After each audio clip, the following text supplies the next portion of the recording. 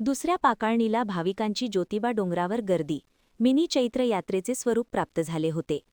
आज ज्योतिबा देवाची सरदारी रूपात सालंकृत बैठी पूजा बांधण्यात आली होती.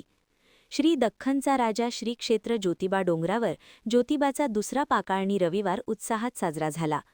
2 लाखाहून अधिक भाविकांची उपस्थिती असल्याने मिनी चैत्र यात्रेचे स्वरूप प्राप्त झाले होते. आज ज्योतिबा देवाची सरदारी रूपात सालंकृत बैठी पूजा बांधण्यात आली होती. श्री दख्खनचा राजा श्री क्षेत्र ज्योतिबा डोंगरावर ज्योतिबा देवाचा दुसरा रविवार पाकाळणी निमित्त भाविकांची दर्शनासाठी ज्योतिबा मंदिरात मोठी गर्दी झाली होती.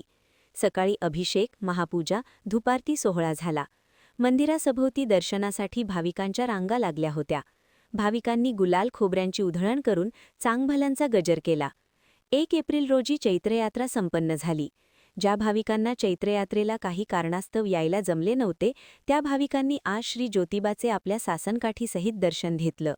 शनिवारी रात्रीपासूनच भाविक मोठ्या संख्येने ज्योतिबा डोंगरावर येत होते. ज्योतिबा देवाचा दुसरा रविवार पाकाळणीनिमित्त मंदिर परिसरात भाविकांनी दर्शनासाठी मोठी गर्दी केली होती.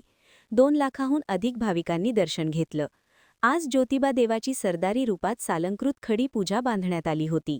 सोमवारी 13 एप्रिल रोजी ज्योतिबा मंदिरात विशेष साफसफाई म्हणजेच पाकाळणी करण्यात येणार आहे. त्यामुळे मंदिर 12 तास बंद ठेवण्यात येणार आहे. यावेळी मंदिरातील सर्व गाभारे, शिखरे, दीपमाळ तसेच देवताकृत्य साहित्यांची स्वच्छता तसेच मंदिर परिसरात पाण्याचे फवारे मारून स्वच्छता केली जाणार आहे. यासाठी मंदिरातील वीज पुरवठा बंद केला जाणार असून यासाठी सोमवार दिनांक 13 एप्रिल रोजी पहाटे 4 ते दुपारी 4 वाजेपर्यंत मंदिर दर्शनासाठी बंद असणार आहे. मंगळवारी 14 एप्रिल रोजी गाव भंडारा होणार असून महाप्रसादाने चैत्रयात्रेची सांगता होणार आहे. याचाही लाभ भाविकांनी घ्यावा असं आवाहन पुजाऱ्यांनी केलं आहे. महान कार्य न्यूजसाठी दत्तात्रेय धारेल, ज्योतिबा डोंगर.